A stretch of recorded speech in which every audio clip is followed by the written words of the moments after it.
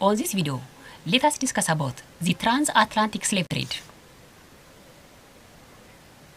With the discovery of America by Christopher Columbus in 1492, a much more extensive slave trade from Africa started. This trade, which lasted from the 16th to the mid-19th centuries, is known as the transatlantic slave trade. European nations established very large plantations and mining fields in North, Central, and South America following the voyages of Christopher Columbus. በዚህ ቪዲዮ የአትላንቲክ ውቅያኖስ አቋራጭ የባሪያ ንግድ የንግድ መስመርንና ታሪኩን በስፋት እንማራለን። በ1492 አሜሪካ በክሪስቶፈር ኮሎምበስ መገኘቷን ተከትሎ በአፍሪካ መጠነ ሰፊ የሆነ የባሪያ ንግድ ተጀምሯል። ይህ የባሪያ ንግድ የአትላንቲክ ውቅያኖስ አቋራጭ የባሪያ ንግድ በመባል ይታወቃል፣ ወይንም ትራንስ አትላንቲክ ስሌቭ ትሬድ ይባላል። የአትላንቲክ ውቅያኖስ የባሪያ ንግድ ወይንም ትራንስ አትላንቲክ ስሌቭ ትሬድ ከ16ኛው ክፍለ ዘመን እስከ 19ኛው ክፍለ ዘመን አጋማሽ ድረስ የቆየ ነበር። ከክሪስቶፈር ኮሎምበስ አሰሳ በኋላ አውሮፓውያን ሀገራት በሰሜን በማዕከላዊና ደቡብ አሜሪካ ትልልቅ የእርሻ ማሳዎችንና የቁፋሮ ቦታዎችን መስርተዋል።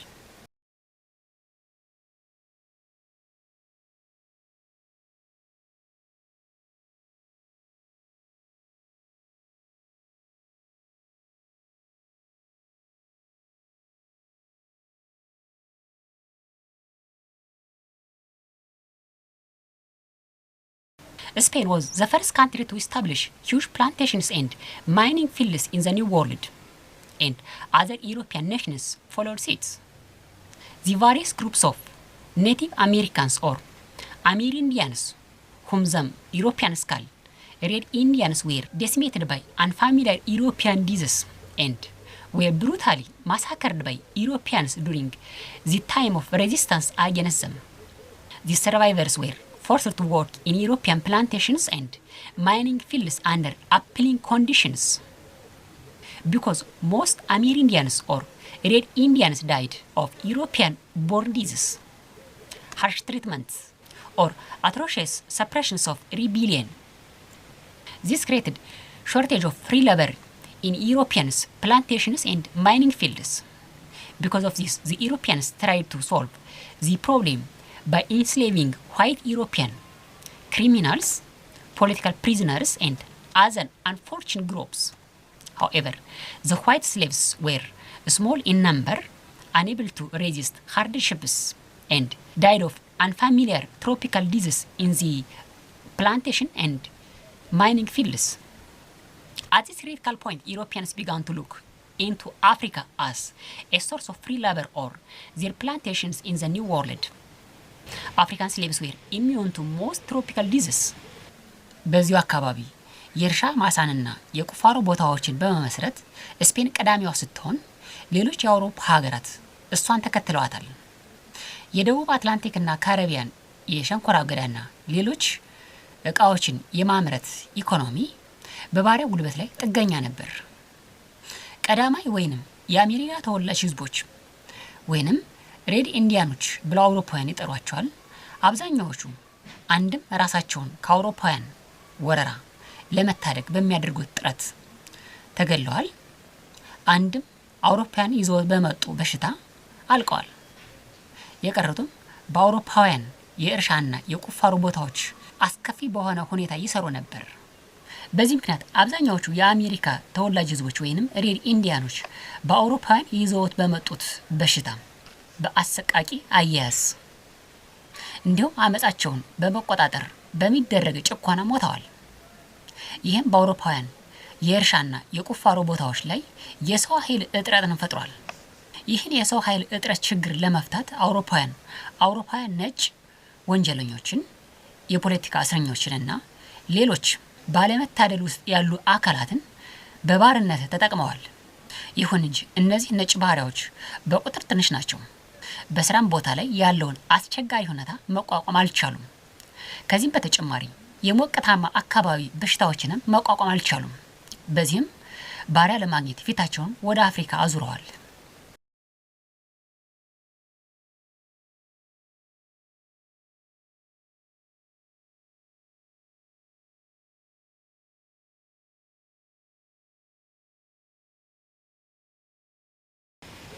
The Portuguese were the first Europeans to transport African slaves across the Atlantic. In 1532, the first Atlantic captives were taken directly across the Atlantic and sold into slavery in the New World. After the 1630s, the volume of trade in slaves increased with the involvement of several European countries. First the Dutch, then the French, the British, and the Danish began to compete in earnest with the Portuguese for the slave trade following the rapid expansion of sugar plantations and mining fields in the South Atlantic and Caribbean. In the course of 18th century, Britain became the single largest exporter of African slaves. ፖርቹጋሎች በአትላንቲክ አድርገው ባሪያዎችን በማጓጓዝ የመጀመሪያዎቹ ናቸው። የመጀመሪያዎቹ የአፍሪካ ባሪያዎች ተይዘው በአትላንቲክ ተሻግረው ወደ አዲሱ ዓለም የተጓዙት በ1532 ነበር። ከ1630 በኋላ በርካታ አውሮፓውያን ወደዚህ ንግድ ሲገቡ የባሪያ ንግዱ ጨምሯል። በብራዚልና ካሪቢያን የሸንኮራ አገዳ ማሳዎች መስፋፋት ተከትሎ ደቾች፣ ፈረንሳዮች፣ ብሪታንያውያን እና ዴንማርኮች ከፖርቹጋሎች ጋር ፉክክር ውስጥ ገብተው ነበር። በ18ኛው መቶ ክፍለ ዘመን በስፋት ባሪያን ተነግድ የነበረችው ብቸኛዋ ሀገር ብሪቴን ነበረች። The vast majority of those who were transported in the transatlantic slave trade were from Central Africa and West Africa and had been sold by West African slave traders to European slave traders, while others had been captured directly by the slave traders in coastal raids. The colonial South Atlantic and Caribbean economies were particularly dependent on slave labor for the production of sugarcane and other commodities. Slaves sold to work on coffee, tobacco, cocoa, sugar and cotton plantation, gold and silver mines, rice fields, the construction industry, cutting timber for ship, as skilled laborer, and as domestic servants. The major Atlantic slave trading nations in order of trade volume were Portugal, Britain, Spain, France, the Netherlands, the United States, and Denmark. አብዛኛዎቹ በአትላንቲክ አድርገው የሚጓዙ ባሪያዎች ምንጫቸው ማዕከላዊና ምዕራብ አፍሪካ አካባቢዎች ሲሆኑ በምዕራብ አፍሪካ የባሪያ ነጋዴዎች አማካኝነት ለአውሮፓውያን የባሪያ ነጋዴዎች ለሽያጭ ይቀርባሉ። ሌሎችም ደግሞ በቀጥታ በባሪያ ነጋዴዎች አማካኝነት በአፍሪካ ጠረፋማ አካባቢ የሚታፈኑና ወደ ባርነት የሚቀየሩ ነበሩ። ባሪያዎች የሚከተሉትን ስራዎች እንዲሰሩ ይሸጣሉ። እነሱም በቡና፣ በትንባሆ፣ በኮኮዋ፣ በሸንኮራ አገዳ ማሳዎች ላይና በወርቅና ብር የቁፋሮ ቦታዎች ላይ እንዲሁም በሩዝ ማሳዎች፣ በግንባታ ቦታዎች፣ ለመርከብ የሚሆኑ አጠና ቆረጣ ቦታዎች፣ በተጨማሪም በክህሎት የጉልበት ስራ ላይና ለቤት ውስጥ ስራ እንዲሰሩ ይሸጡ ነበር። ዋነኛዎቹ የትራንስ አትላንቲክ ስሌቭ ትሬድ ወይንም የአትላንቲክ ውቅያኖስ አቋራጭ የንግድ መስመር ነጋዴ ሀገራት በደረጃ ቅደም ተከተል የሚከተሉት ናቸው። እነሱም ፖርቹጋል፣ ብሪቴን፣ ስፔን፣ ፍራንስ፣ ኔዘርላንድ፣ ዩናይትድ ስቴትስ እና ዴንማርክ ናቸው። The transatlantic slave trade passed through three distinct phases. The first phase, which lasted from 15th century to the last quarters of 16th century, was commonly called the piratic slave trade. During the piratic slave trade, the slave hunter and dealers were individual merchants, adventurers, navigators, or sea robbers with no European government involvement or support. The trade in slaves was low as Europeans were still more interested in gold. የአትላንቲክ ውቅያኖስ የባሪያ ንግድ 3 ምዕራፎችን ያለፈ ነው። የመጀመሪያው ምዕራፍ ከ15ኛው መቶ ክፍለ ዘመን እስከ 16ኛው መቶ ክፍለ ዘመን የመጨረሻዎቹ ሩብ ዓመታት የቆየ ሲሆን ፒራቲክ ስሌቭ ትሬድ በመባል ይታወቃል።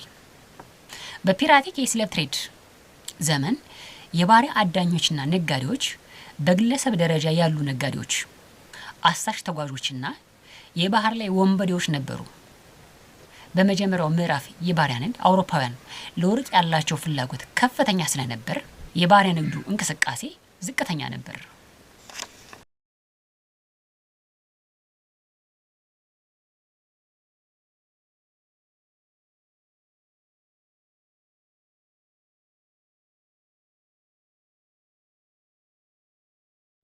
The second phase of transatlantic slave trade.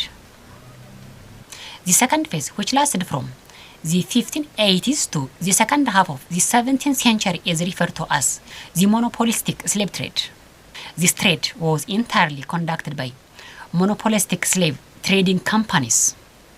These companies were characterized by their respective European governments and were assisted by regular armed forces.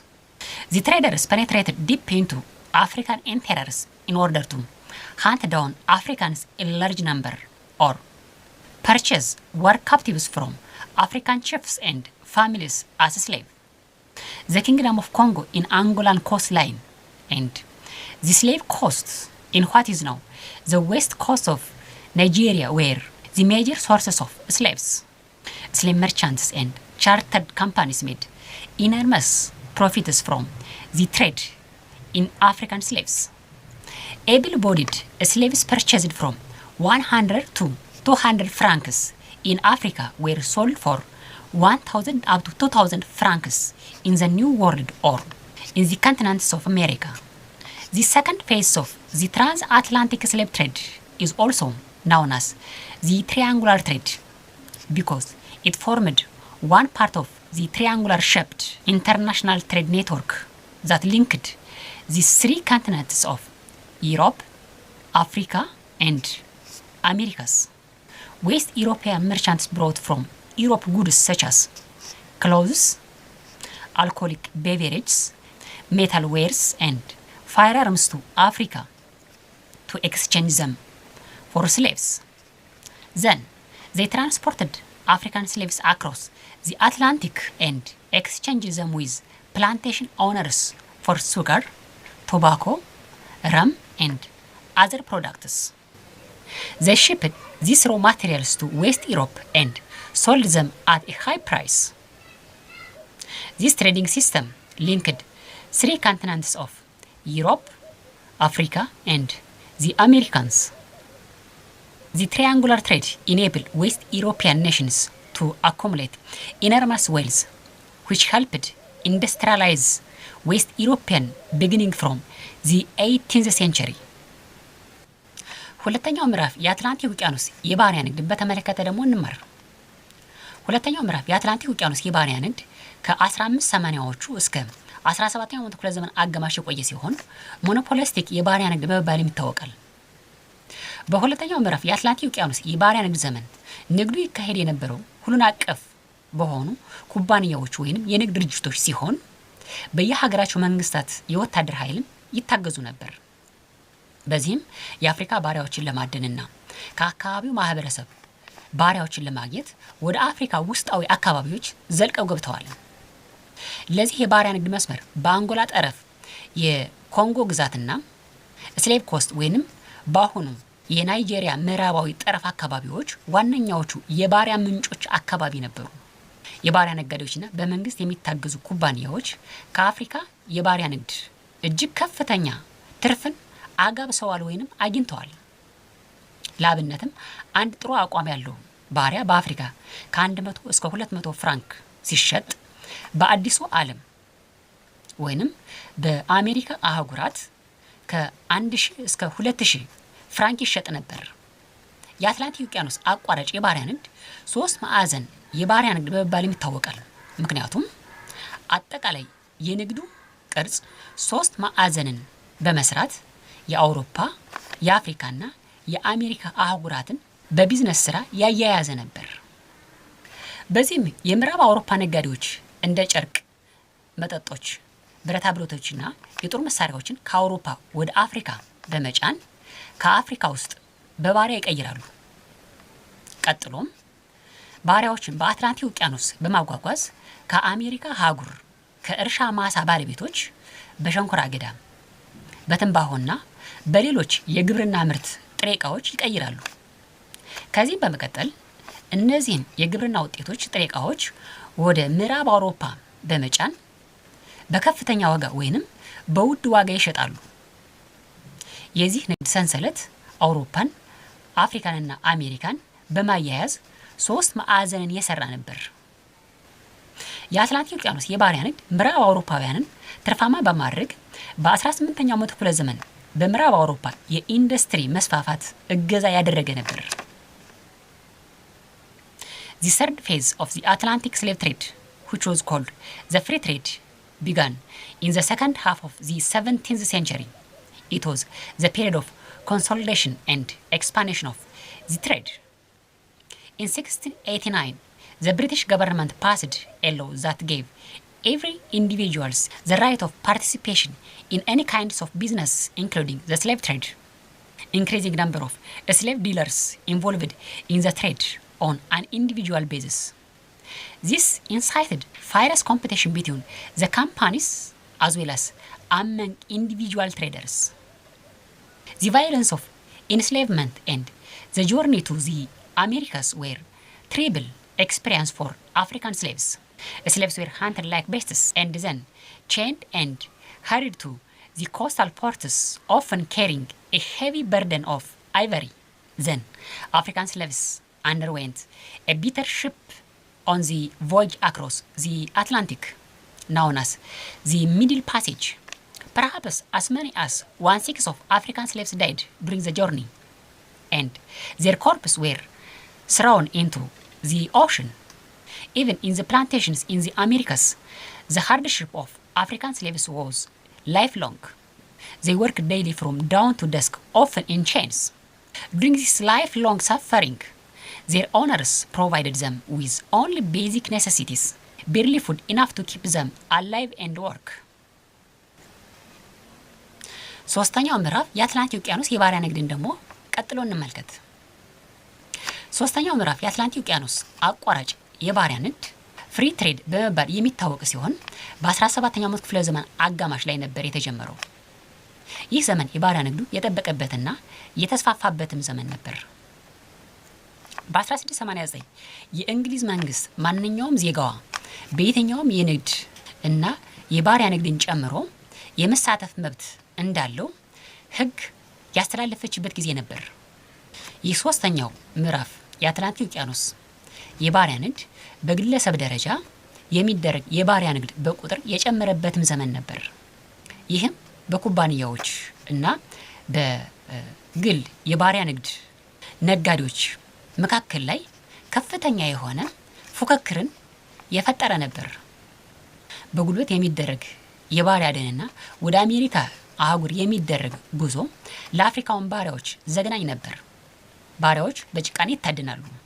ቀጥሎም በሰንሰለት ታስረው ከባድ የዝሆን ጥርስ ተሸክመው ወደ ጠረፍ ወደቦች ይጓዙ ነበር። ከዚህ በመቀጠል በአሰቃቂ ሁኔታ በመርከብ ተጭነው በአትላንቲክ ውቅያኖስ አድርገው ይጓጓዛሉ። በዚህ ወቅት ምናልባትም 1/6ኛዎቹ ባሪያዎች በሚደረግ አሰቃቂ የጉዞ ሁኔታ ላይ ይሞታሉ። አስክሬናቸውም ወደ ውቅያኖሱ ይጣላል። ወደ አሜሪካ የእርሻ ቦታዎች ከደረሱም በኋላ ለባሪያዎች ህይወት እጅግ አሰልች ነበር። ብዙውን ጊዜ በሰንሰለት ታስረው ፀሐይ እስክትገባ ድረስ ይሰራሉ። ህይወታቸውን አቆይቶ ስራ እንዲሰሩ የሚያደርግ ብቻ ከገብስ የሆነ ምግብም ይሰጣቸው ነበር።